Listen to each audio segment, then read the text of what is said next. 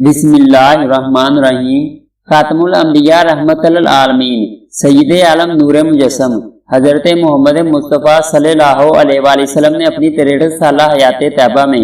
اگرچہ اپنوں اور اغیار کی طرف سے کئی مصیبتیں، مشکلات، پریشانیاں، مصائب، رکاوٹیں اور سنگینیاں دیکھیں اور برداشت کی، لیکن ان میں غالب اکثریت پر حزن و ملال اور دکھ و اضطراب نہیں فرمایا، بلکہ ہنسی خوشی اور اسلام کی ترویج و وسط کا ہدف سامنے رکھتے ہوئے قبول فرماتے رہے۔ لیکن پیغمبر اسلام کی زندگی میں 2 پریشانیاں ایسی آئیں جو آپ کو ناقابل تلافی صدمے سے دوچار کر گئیں، اور ان مصیبتوں کے اثرات آدم آخرت تک موجود رہے، اور وہ مصیبتیں اپنے سرپرست و مربی چچا حضرت ابو طالب اور اپنی رفیقہ حیات اور مشکل ترین اوقات کی ساتھی حضرت ختیجہ الکبریٰ کی وفات ہے۔ اگر اپنے پیارے چچا حضرت ابو طالب اور اپنی پیاری رفیقہ حیات حضرت ختیجہ الکبریٰ کی وفات کو نہ صرف اپنی ذات کی حد تک منایا، بلکہ اس پورے سال کو عام الحزن یعنی غم کا سال قرار دے کر جہاں اپنے دور میں موجود اصحاب کرام اہل بیت اعظام کو ان پاک ہستیوں کا غم منانے کا حکم دیا، وہیں رہتی دنیا تک آنے والے ہر انسان اور ہر مسلمان کو ان 2 ہستیوں کی اہمیت و حیثیت کا علم ہو گیا، اور پتہ چل گیا کہ آقا علیہ السلام کے نزدیک ان 2 ہستیوں کی قدر و منزلت روز روشن کی طرح آشکار و واضح ہے۔ سیدہ ختیجہ کے بارے میں یہ تاریخی حقیقت بالکل سچ اور برحق ہے کہ آپ مالی حوالے سے عرب میں اس قدر مضبوط و مستحکم تھی کہ زمانہ اسلام سے قبل ہی آپ کو اہل عرب ملکۃ العرب یعنی عرب کی ملکہ اور مالکہ کے لقب سے یاد کرتے تھے۔ عرب کی ملکہ نے کائنات کے سردار پر اپنی دولت لٹائی، اور آپ فرمایا کرتی تھی کہ کاش میرے پاس اور دولت ہوتی تو میں اسلام اور بانی اسلام پر لوٹاتی رہتی تاکہ اسلام زیادہ سے زیادہ پھیلے۔ جناب ختیجہ نے جب حضور اکرم صلی اللہ علیہ وآلہ وسلم کو اپنا شریک حیات چن لیا تو اہل عرب اور حاسدین اس گھرانے کے خلاف ہو گئے، یہاں تک کہ حضور کا اس شدت سے اقتصادی بائیکاٹ کیا کہ حضرت ابو طالب اور ان کا گھرانہ یعنی سرور کائنات اور سیدہ ختیجہ بھی کئی ماہ تک شعیب ابی طالب میں محصور رہے، اور اس محصوری کے دوران اپنے چچا اور اپنی رفیقہ حیات کی قربانی اور ساتھ دینے کو حضور اکرم صلی اللہ علیہ وآلہ وسلم اکثر اوقات یاد فرماتے تھے۔ یہ حقیقت بھی تاریخ کا حصہ ہے کہ نزول وحی کے سب سے پہلے مرحلے سے لے کر آخری سانس تک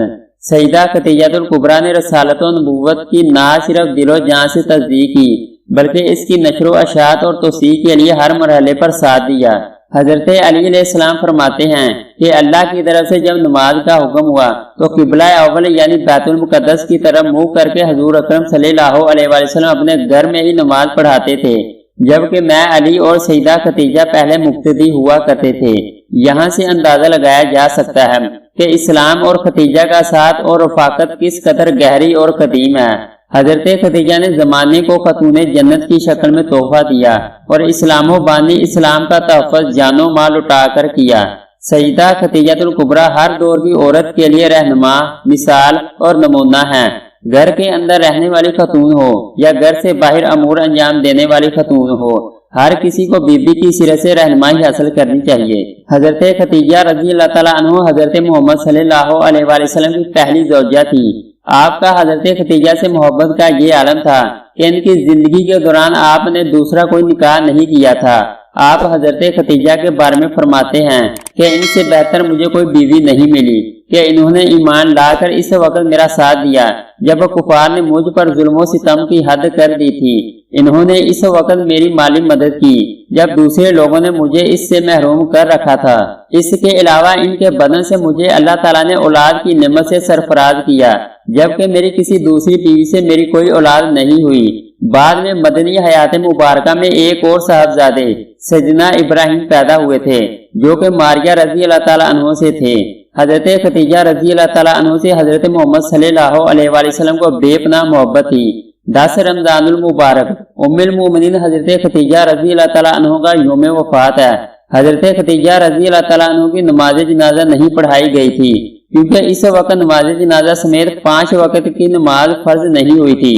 بالکل اسی طرح رمضان کا مہینہ ہونے کے باوجود کوئی فرد روزے سے بھی نہ تھا، کیونکہ اس وقت روزے بھی فرض نہیں ہوئے تھے۔ اسی سال حضور صلی اللہ علیہ وسلم کے محبوب چچا جناب ابو طالب کی بھی رحلت ہوئی تھی۔ ان دو صدموں نے آپ کو بہت غمگین کر دیا، اسی لیے اس سال کو عام الحزن یعنی غم کا سال کہا جاتا ہے۔ حضرت ختیجہ کی وفات مدینے کی ہجرت اور نماز فرض ہونے سے پہلے اسی سال ہوئی تھی جب حضرت ابو طالب کی وفات ہوئی تھی۔ اگر آپ کو ہماری ویڈیو اچھی لگے تو اس کو لائک اور سبسکرائب کریں۔